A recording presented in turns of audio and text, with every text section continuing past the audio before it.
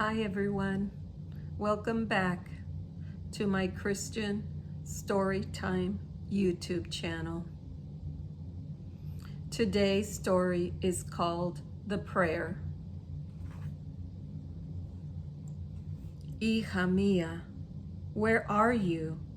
Where have you gone? The father searches for his daughter in the dark. He looks in places he knows she would not be, but thinks just in case. He goes to every cantina, looks at the drunken men, seeing them, knowing them, wanting to see if they have something to hide. It is obvious they are too drunk to even say hi. He cries out to God, hoping he will help him find her, not going home to his wife until he finds her. The desperation, the fear of her lying dead is unbearable. So he finds that the church is open and starts praying, feeling a panic attack coming on. He wants to go light a candle, but he is shaking and feels too weak to get up. He begs with all his heart and starts to look at Jesus on the cross. He starts to remember what was done to Jesus.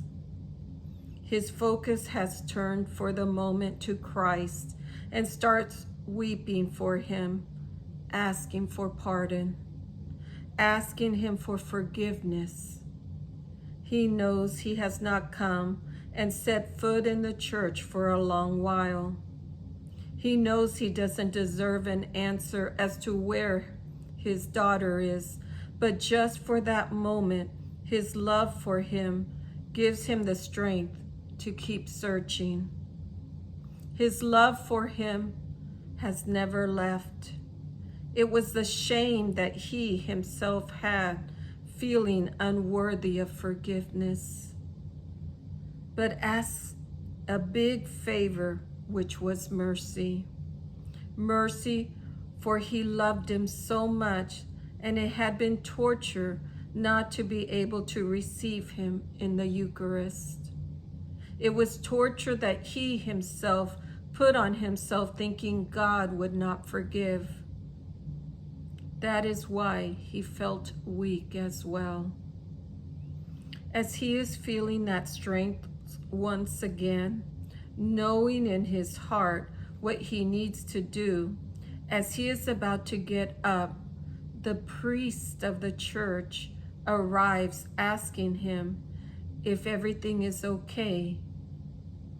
The man shares with him everything, including his encounter with Jesus this night, and the priest tells him he can help him, showing him the confessional area.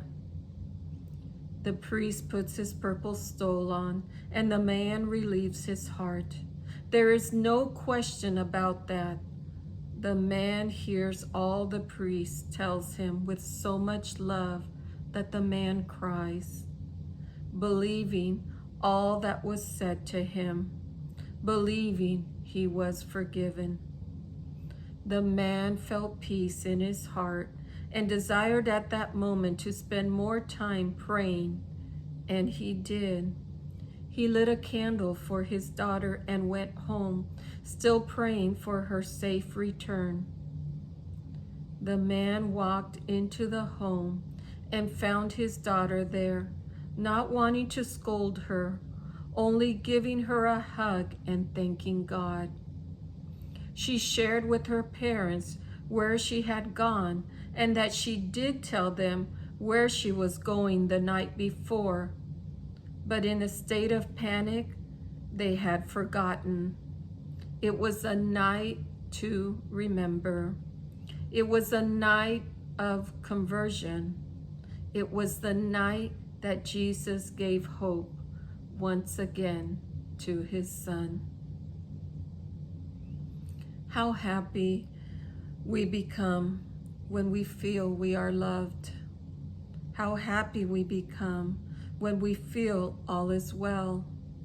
How happy it is when we are able to make a difference, not hiding our shame, but putting it to rest and allowing ourselves to receive what is the most important to us.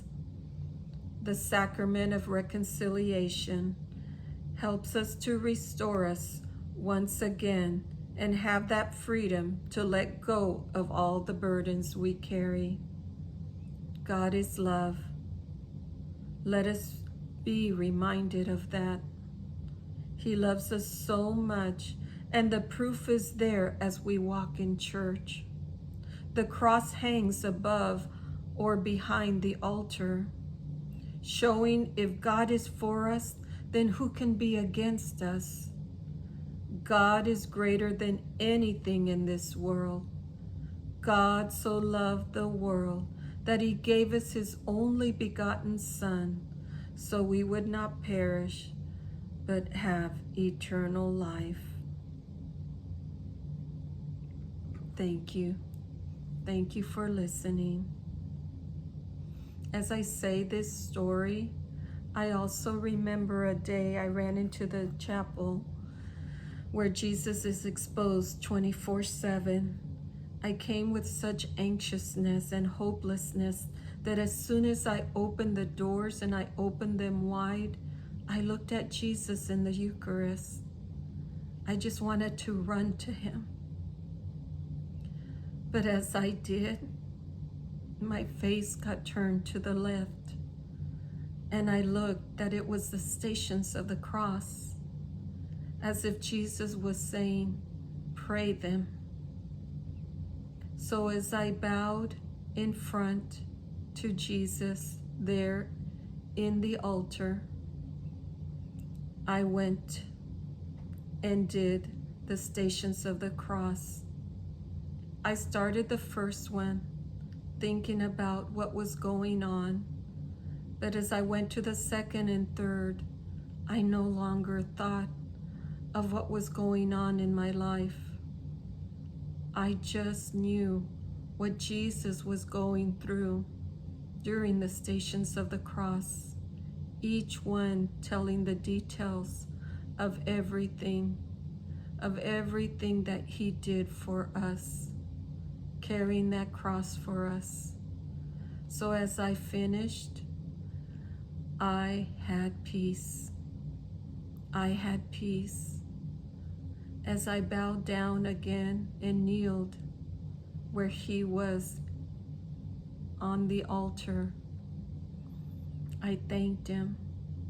I thanked him because I knew he took away all my anxiety and desperation at that moment.